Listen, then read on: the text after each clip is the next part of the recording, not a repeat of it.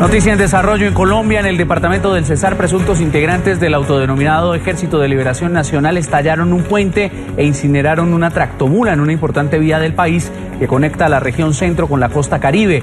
A esta hora, un importante número de viajeros en autobús, vehículos particulares y camiones de carga están represados por los daños en la calzada. Estas acciones criminales hacen parte del llamado paro armado del ELN en conmemoración por el fallecimiento del sacerdote guerrillero Camilo Torres. Miguel Rodríguez Torres fue ministro de Interior, Justicia y Paz de Venezuela. En octubre del 2014 fue removido del cargo por Nicolás Maduro. Fue jefe de inteligencia, además, durante el gobierno del fallecido presidente Hugo Chávez, y además llegó al grado de mayor general del ejército venezolano. Y hablamos precisamente de Miguel Rodríguez Torres porque es nuestro invitado a esta hora. Ya lo ve en pantalla. Gracias por estar con nosotros en la tarde fin de semana. Bienvenido a NTN 24, general. Buenas tardes, Carlos. Gracias por la invitación. No se preocupe, un placer. Hace rato, general, que queríamos conversar con usted porque usted habla mucho en sus redes sociales, en algunos espacios en los que participa activamente, habla de recuperar la democracia, de recuperar la república. Y quiero comenzar por allí, general. ¿Cuándo se perdió la república y quiénes son los responsables de este asalto a la Constitución, a la Carta Magna venezolana? Bueno, muy buenas tardes a todos los que nos escuchan. Mira, el caso de la pérdida de la república se inicia con el llamado a constituyente. Esa fue una violación flagrante a la Constitución. Se convocó una Asamblea Nacional Constituyente sin el consentimiento del pueblo, y nuestra Constitución establece claramente que para llamar a una constituyente es el pueblo quien la puede convocar, aunque la iniciativa la pueda tener el presidente u otras fórmulas que están allí establecidas. Ahí comienza la creación de un poder, de un suprapoder ilegítimo para empezar a hacer con la política en Venezuela lo que le dé la gana al gobierno. Esto lo hacen en virtud de que no tenían posibilidades de controlar la Asamblea Nacional y ya tenían el control del poder legislativo, del poder judicial, tenían el poder electoral bajo su control, todos los poderes del Estado, la gobernación de la alcaldía, y tenían que de alguna forma tener el poder legislativo para resolver los problemas del endeudamiento, para resolver problemas legislativos, para hacer leyes y, según ellos, para hacer una nueva constitución. Ahí, cuando se llama una constituyente sin la presencia del pueblo venezolano, empieza sin duda alguna el descalabro final de lo que es un proceso democrático en Venezuela. Ahora, general, ¿qué hay que hacer? ¿Qué debe hacer el venezolano para que el orden constitucional y democrático regrese a Venezuela? Mira, la lucha por el restablecimiento democrático no es una lucha sencilla. Es una lucha compleja, dado todos los poderes que aglutina el presidente de la República. Ya vimos lo que pasó en las elecciones regionales, en las elecciones municipales, toda la manipulación del sistema electoral. Sin embargo, hay escenarios que no podemos perder de vista. ¿Cómo hacer? ¿Qué hacer? Me dices tú, fundamentalmente, ahorita hay que lograr la unidad superior de los venezolanos. Este es un momento de los líderes valientes que tienen capacidad de desprenderse de sus intereses personales. Es un momento donde los intereses de los partidos pasan a un segundo plano. Es un momento donde los intereses de cada líder, de cada grupo, de cada organización, se ponen de un lado y se ponen de primero, la prioridad número uno, el interés nacional, el interés del pueblo. Y esto, si se logra eso, se lograría un gran consenso nacional para poder enfrentar esta situación, ya sea por la vía electoral o por cualquier fórmula que se pueda estructurar a partir de esa gran unidad nacional. Pero lo primero es que hay que lograr la unidad nacional. Lamentablemente, vemos nosotros que hay un sector de la oposición, el que llaman Grupo de los Cuatro, que asume que ellos son los representantes de todo lo que se opone a Maduro, cosa que es mentira. A Maduro se opone más del 80% de los venezolanos, y eso no está representado allí. Uno de los graves problemas que estamos enfrentando es la pérdida del liderazgo, tanto del chavismo como de la oposición. Entonces hay un pueblo que se siente que no haya quien seguir, un pueblo que se haya desorientado, desmovilizado, desmotivado. El liderazgo está fallando. Ante esa realidad, estos líderes tienen que entender que la búsqueda del consenso tiene que abarcar todos los sectores nacionales, los grandes gremios del país, los sectores sociales, las organizaciones políticas, partidos pequeños, medianos, grandes, todo tipo de organización. De manera muy rápida tiene que sumarse a una gran concertación nacional para alcanzar ese consenso que permite enfrentar las situaciones según se establezca en ese consenso cuál va a ser el método a utilizar, ya sea electoral u otro que se definan de lucha política en esa gran plataforma que hay que... General, ya vamos a hablar del tema electoral, ya vamos a hablar de esa unidad nacional en la que se convoca a toda la oposición, y usted lo ha dicho muy bien, no solo oposición, son los partidos políticos de la Mesa de la Unidad Democrática, sino también un buen sector del chavismo que se separó del gobierno de Nicolás Maduro. Hay que decirlo, Venezuela ha entrado en un corredor electoral. Se han convocado las elecciones presidenciales, por eso hemos querido también conversar con el mayor general del ejército venezolano, Miguel Rodríguez Torres. Y quería recordar este punto. Le decía que ya vamos a hablar en profundidad del tema electoral, de la unidad y de lo que pudiera venirse para quienes están en contra del gobierno de Nicolás Maduro o que se oponen, como usted dice en su Twitter, al mal gobierno.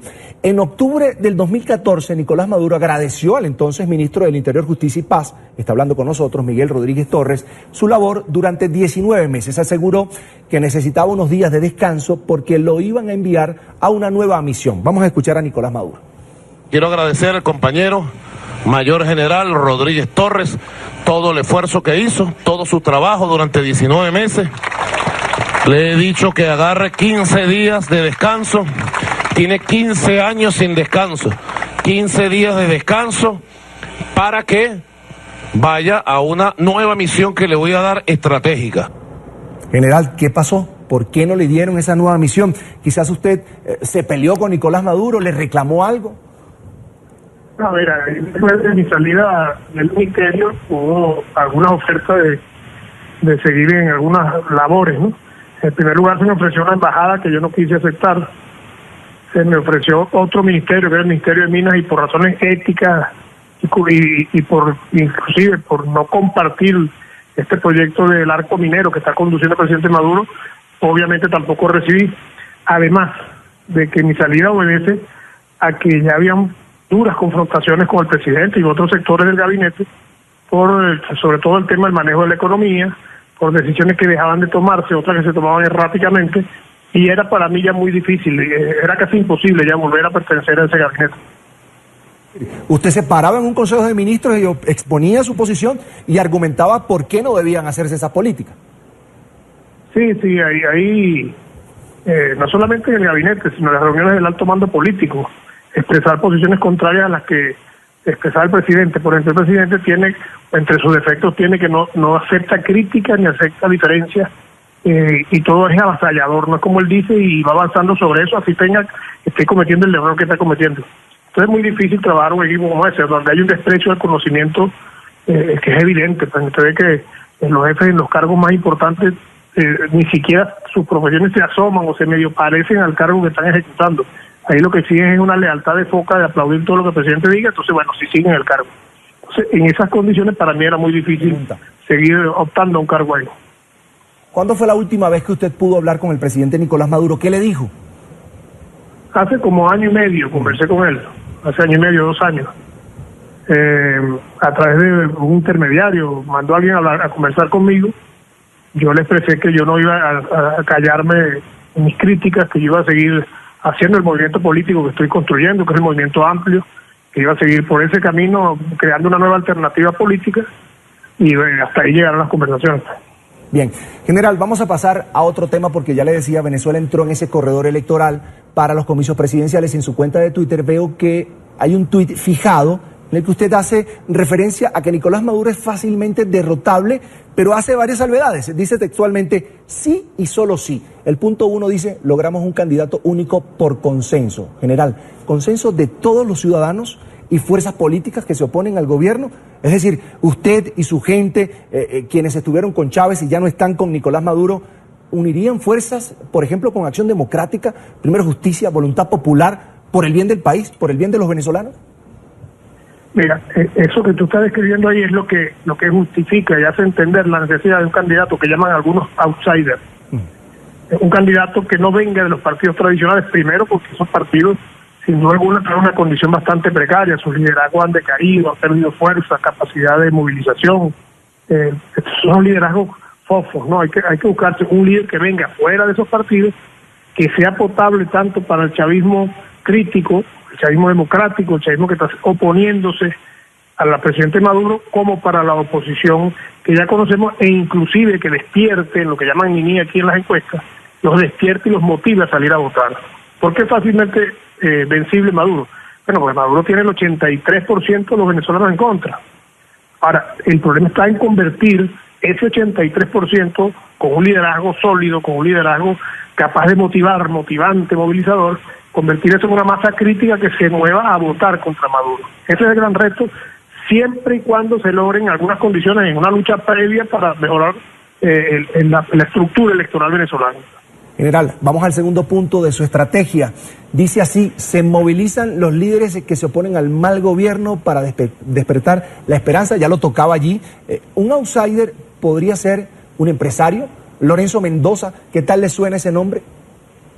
Mira, ese nombre ha sonado ya mucho en encuestas y en las discusiones de calle, y cuando voy a las asambleas y converso uno con la gente. Llámese Lorenzo Mendoza como se llame, pero tiene que ser alguien que de verdad esté en el imaginario de la gente, que despierte el ánimo de la gente en salir a participar en un proceso electoral. Si es la decisión del consenso, ir al proceso, porque ese es otro, ¿no? Ese consenso nacional debe determinar si el camino es ir a las elecciones. Entonces, decidido eso y con un líder de esas características, el resto de los líderes del chavismo crítico, el chavismo democrático, de la oposición, de los grupos sociales, de los gremios, tenemos que irnos a la calle en campaña a que ese líder gane, indiferentemente que sea del partido nuestro, que no sea del partido. La idea es que no sea ningún partido. Porque ahorita el problema es que el gobierno tiene que cambiar, y no es un capricho de Rodríguez Torres, ni es un capricho del Movimiento Amplio. El gobierno, para que este país pueda salir de la dura crisis que tiene, de la crisis económica, de la crisis social, de la crisis moral, de la crisis política, tiene que cambiar este gobierno. El presidente tiene 6 años con todos los poderes en su mano y todavía no ha podido resolver el problema cambiario. Tiene todos los poderes en su mano y el aparato productivo nacional cada día decae más. Quiere decir que el presidente ya no está en capacidad, no perdió toda su capacidad de maniobra política y económica para resolver la crisis. Entonces todo pasa por cambiar al presidente. Es más, el escenario ideal, el óptimo en este país sería que el presidente renunciara. Si el presidente se parara ante el país y dijera: mire, he hecho todo lo humanamente posible por tratar de resolver los problemas de la economía, los problemas políticos y sociales, y ante no poder hacer eso, faltando poco tiempo para terminar el periodo, designar un vicepresidente que se dedique a la organización de un proceso electoral transparente, limpio, competitivo, y vamos todos a elecciones, y bueno, y el pueblo será el que decide. Igual pasa a lo interno de la oposición y de todo lo que nos ponemos a Maduro. Cuando hay déficits en el conocimiento de lo que la gente quiere, hay que ir al pueblo, a la base, y preguntarle y saber exactamente lo que el pueblo quiere y no hacer lo que los líderes le da la gana. Un general como usted, señor Rodríguez Torres, que estuvo en el gobierno de Hugo Chávez, que de alguna manera estuvo en el gobierno de Nicolás Maduro, cuando sale a la calle, ya sabemos que usted pues se abrió de ese proyecto político, y lo dijo aquí en este programa, por razones de cómo se estaba manejando la economía, de cómo se estaba manejando el arco minero, por políticas del gobierno con las que usted no estaba de acuerdo. Ya la gente, es decir, acepta su propuesta de país, no lo rechaza por ser parte de ese chavismo que de alguna manera también es responsable de lo que vive Venezuela el día de hoy. Mira, nosotros sacamos ya un pequeño libro, ahorita te lo voy a mostrar, para ir por el país, pueblo por pueblo, barrio por barrio, organización por organización, reunión con los gremios, con empresarios, con mucha gente, con este librito. Esto es un comprimido de la propuesta del Movimiento Amplio. Aquí hablamos del tema político, espiritual, del tema económico, social y ambiental. Esto lo he ido exponiendo yo en los barrios, en las urbanizaciones, en el interior del país, ante gremios empresariales, ante los productores del campo, y en ninguna parte yo he sentido rechazo absolutamente de nadie. Hay preguntas, hay debates duros, que después mediante ese debate, mediante ese diálogo, sin duda alguna se abren sendas de motivación de la gente a participar. Te recuerdo que cuando yo fui ministro, en esos meses, que no fueron 19, creo que fueron como 14 meses, algo así, que yo fui ministro, en ese tiempo yo me dediqué a dialogar.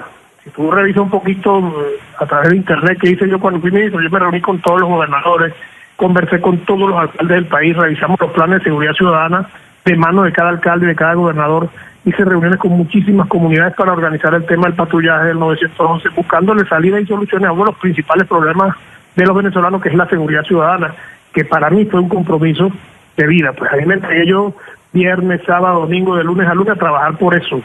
Y eso me permitió a mí dialogar con muchísima gente, siempre apartando la discusión electoral y política, y poníamos en primer plano el objetivo que era la seguridad ciudadana. Y eso trajo buenos resultados, y el que siembra eso, bueno, no puede recurrir a otras cosas, sino más diálogo y seguir conversando con la gente y proponiendo a la gente que lean, estudien y discutan y hagan propuestas en el marco de este trabajo que se hizo en el Movimiento Amplio.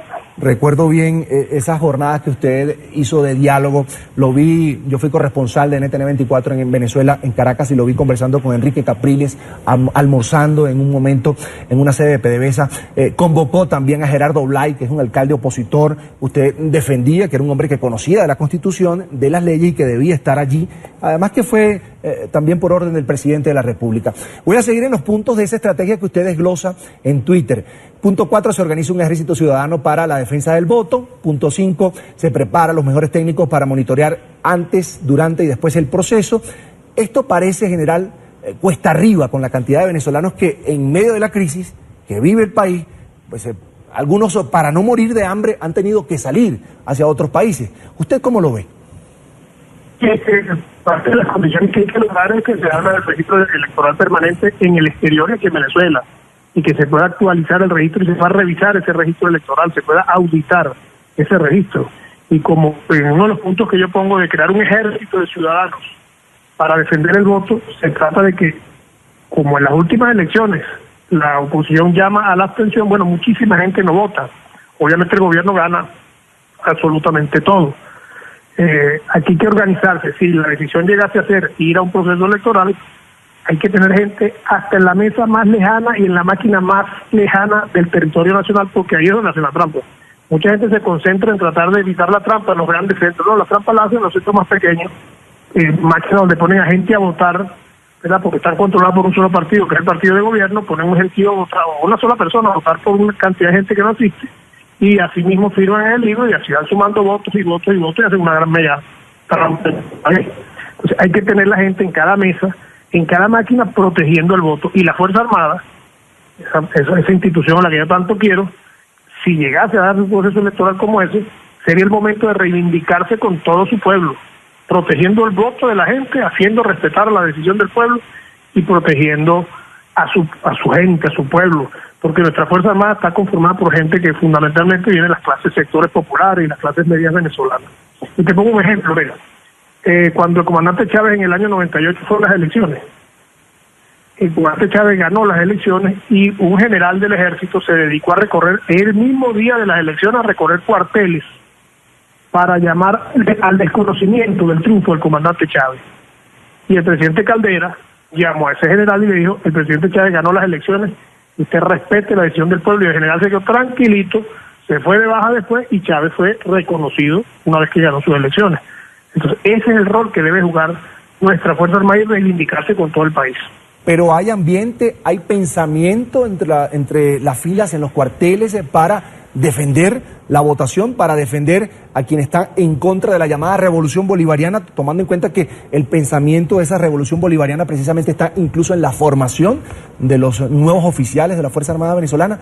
¿Hay vientos de cambio, hay pensamientos de cambio dentro de los cuarteles? Mira, así, los cuarteles no viven en una isla, los militares son parte del pueblo, los militares están sufriendo la hiperinflación, sufrimos todos, las colas inmensas para conseguir un alimento o una medicina, los precios desbordantes, que así tú ganas 10 millones al mes, eso no te alcanza porque todo cuesta millones. Te vas a tomar un café y vale 80.000 bolívares, compras un cartón de huevo y vale 400.000 bolívares, eso no lo aguanta nadie. Y los militares están sufriendo exactamente lo mismo. Los militares, si se pudiese hacer una encuesta abierta donde los militares puedan opinar, el 85% de los militares quiere cambio. Y quiere cambio por la vía democrática. Quiere cambio y que el gobierno respete la decisión popular. Entonces, yo creo que ciertamente, si se logra esa gran unidad nacional y ese ánimo y cambia la actitud de los venezolanos, en caso de que la decisión sea ir a unas elecciones, bueno, seguramente la Fuerza Armada se sumará a ese gran esfuerzo de protección del voto y de respeto al ciudadano, porque ahora también da de moda que salen gente armada de grupos parapoliciales a amedrentar a los votantes en la cola de votación. General, el tema de lo que usted habla son de los colectivos, y eso no es un tema nuevo en Venezuela. De hecho, los colectivos que son paramilitares, como usted lo dice, algunos hacen vida detrás del Palacio de Gobierno de Venezuela, detrás de Miraflores, en el 23 de enero. ¿Por qué nunca se atacó de raíz eso, general? Mira, yo tengo alguna experiencia en eso. Yo de muchos colectivos tengo el mejor de los conceptos porque los he visto trabajar por sus comunidades, los he visto trabajar en el ámbito de lo social, en el ámbito de lo cultural, en el ámbito de lo deportivo, trabajando con los niños, con los jóvenes. Eso lo he visto yo, y cuando fui ministro con mucha más intensidad, porque yo iba a los barrios y ayudaba con equipos deportivos, con instrumentos para núcleos musicales, etcétera. Porque un colectivo es en esencia una expresión de organización popular. Un grupo que se haga llamar colectivo y ande armado, recorriendo las calles, bajo la vista de las autoridades, ese es un grupo delincuente. Es un grupo que hay que reducirlo y ponerlo a orden de la ley.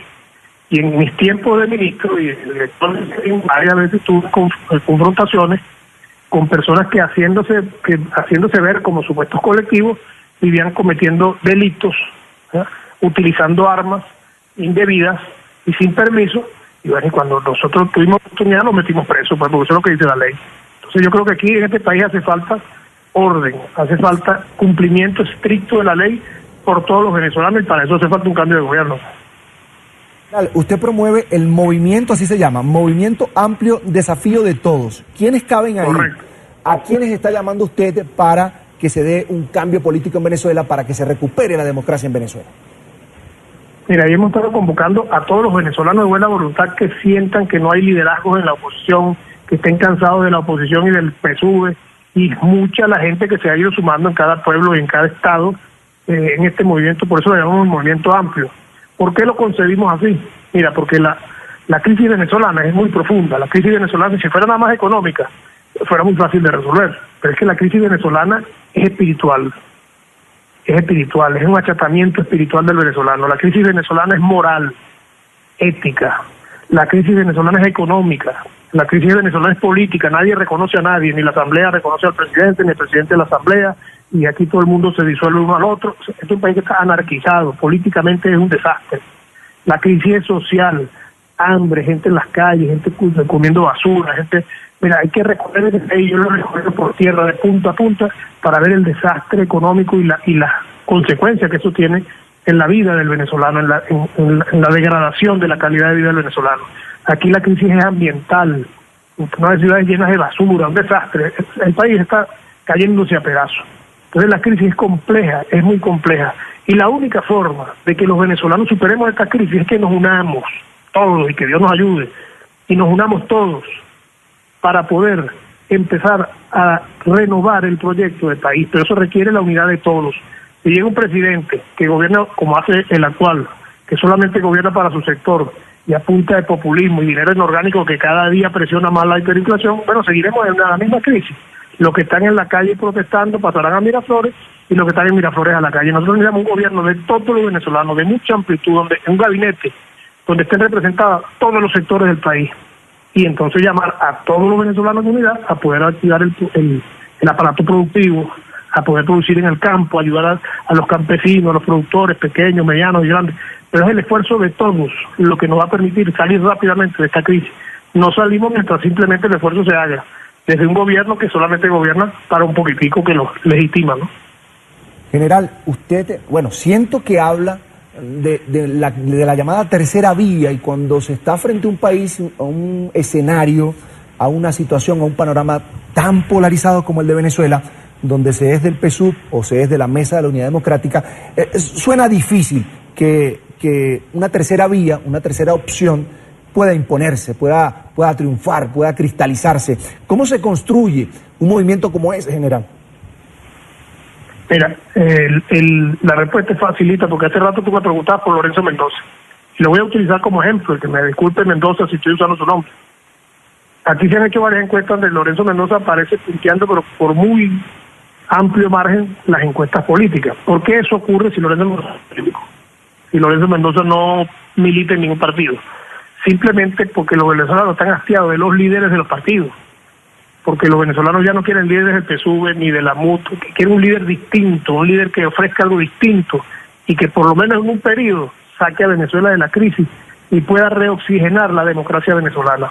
En ese espacio cabe lo que tú llamas tercera vía otras opciones. Yo no lo llamo tercera vía, nosotros somos simplemente una alternativa con una propuesta ya, aquí está simplemente el resumen de esa propuesta en este folleto, y somos una organización que está en crecimiento. Eso cuesta bastante esfuerzo, porque hay que ir pueblo por pueblo, reunirse con mucha gente, la captación de los líderes, la formación de los líderes, y en eso estamos nosotros permanentemente esforzándonos por crear una nueva alternativa política con una nueva ética política. Venezuela tiene que madurar. Mire, después de todo lo que hemos vivido y de todo lo que ha pasado en estos últimos 5 años, si como sociedad no maduramos, bueno, hemos perdido el tiempo, ¿no? Yo creo que estas experiencias tienen que llevarnos a madurar, tienen que llevarnos a crecer como sociedad y a entender que la política no es la confrontación entre dos bandos que se quieren matar unos a otros, de enemigos, sino de alternativas y de propuestas al país, pero que no tenemos que vernos como enemigos ni pensar en matarnos porque pienso distinto a ti. Tenemos que dar un paso al frente en el desarrollo político nacional. ¿Qué anda haciendo política, fundando, construyendo un movimiento amplio, un desafío de todos? Pues esta semana, tengo entendido, la semana pasada, lo inhabilitan. ¿Usted tenía aspiraciones para participar en estas elecciones presidenciales? Yo creo que el miedo del gobierno era más alto que las aspiraciones mías. Mi aspiración real es lograr el consenso nacional en el líder que así se decía en ese consenso. Y siempre mi nombre estará al servicio de ese consenso nacional para ayudar a salir a Venezuela de esta crisis. Esa inhabilitación no tiene sentido. A mí me inhabilitan por el artículo 59, numeral 1, que dice que será inhabilitado por 12 meses quien no presente su declaración jurada de patrimonio una vez terminado el cargo para el cual ha sido nombrado. Y yo presenté mi declaración en menos de un mes después de haber salido del cargo, mi declaración jurada, y la presenté en los medios hace ya unos 4 o 5 días, para que los venezolanos vean que es una inhabilitación de carácter político y para evitar de que uno pueda participar en el proceso electoral. Supongo yo que lo hacen para eso. General, ya vamos finalizando porque sé que tiene compromisos. Lo seguía, lo sigo en Twitter y siempre ponía denuncias de persecución contra su familia, contra su padre, que la finca, que su padre no tenía nada que ver con su rol como militar o como político. ¿Qué pasó con eso? ¿Qué pasó con su padre? Y si usted se siente perseguido en este momento por el gobierno de Nicolás Maduro. Tú sabes que yo viví persecuciones en la cuarta, porque yo después que salgo de la cárcel, sin duda alguna, había una persecución permanente y que allanaba a mi familia, sí. Y yo fui 5 veces preso. Y ahorita más o menos me siento en las mismas condiciones, ¿no? A mí me allanaron en la finca, y no solamente es que allanaron, es que se llevaron lo que les dio la gana, hasta artefactos eléctricos, después del allanamiento. Pero parece ser que con un aire acondicionado que se robaron, se estaban pensando que se iba a tumbar el gobierno. Pero allanaron a la casa de mi papá también en Apure. Había mucha persecución. Sin embargo, nosotros estamos firmes, nosotros no tenemos nada que temer, nosotros, bueno, en las manos de Dios y con el pueblo venezolano, seguiremos avanzando en la construcción y la renovación del país que nosotros queremos. General, ya para finalizar, después de haber participado en la intentona golpista con el presidente Hugo Chávez en el 92, de formar parte de su gobierno, de estar en la inteligencia, estuvo en el Servicio Bolivariano de Inteligencia, también estuvo pues en el Ministerio de Interior y Justicia, ¿usted no le debe nada, no tiene cuentas pendientes con la justicia? En lo absoluto, en lo absoluto. Yo cumplí mi rol como oficial del ejército hasta que cumplí mis 34 años de servicio, pasé a retiro, y ahí está mi trabajo, está al escrutinio de la gente. Por eso yo me permito andar por cualquier parte de la ciudad, en el este, en el oeste, en el norte y en el sur, y la gente me saluda con aprecio, sin problemas. He ido construyendo mi movimiento sin ningún tipo de resistencia, y lo seguiré haciendo, porque yo sí creo en una Venezuela vivible. Y los venezolanos soñemos que esta Venezuela es recuperable, esta Venezuela se debe reconstruir y renovar nuestro proyecto nacional, y tenemos con qué. No perdamos nunca la esperanza. Hay gente en el Twitter, general, que dice que usted y Luis Ortega Díaz, que sabemos que abiertamente se pararon frente al gobierno de Nicolás Maduro y dijeron, lo están haciendo mal, se salieron del orden constitucional y de lo democrático, están pidiendo y consideran y sugieren que ustedes deben pedir perdón. ¿Usted debe pedir perdón? Si yo lo que hice fue trabajar por la gente, ¿qué perdón puedo pedir? Si a alguien yo le hice daño y me lo demuestra, yo le pido perdón a quien sea. De paso, si tú ves a otros programas anteriores que yo he tenido, cuando me dejaban hablar aquí en la televisión, yo siempre he sido un predicador del perdón. Nuestra propuesta, aquí está, pasa por el perdón nacional, por la reconciliación nacional. Y yo, si tengo que a alguien pedirle perdón, no tengo ningún inconveniente, más cuando he sido siempre un predicador de eso. El resentimiento corroe el alma. Uno tiene que sacarse todo eso de adentro para poder construir una sociedad de gente feliz. Y no es la primera vez que escucho que el tema de Venezuela también es espiritual, se lo escuché a usted, a muchos predicadores, a muchos pastores. Quiero agradecer al mayor general del Ejército en situación de retiro, exministro de Interior, Justicia y Paz de Venezuela, Miguel Rodríguez Torres, por compartir estos bastante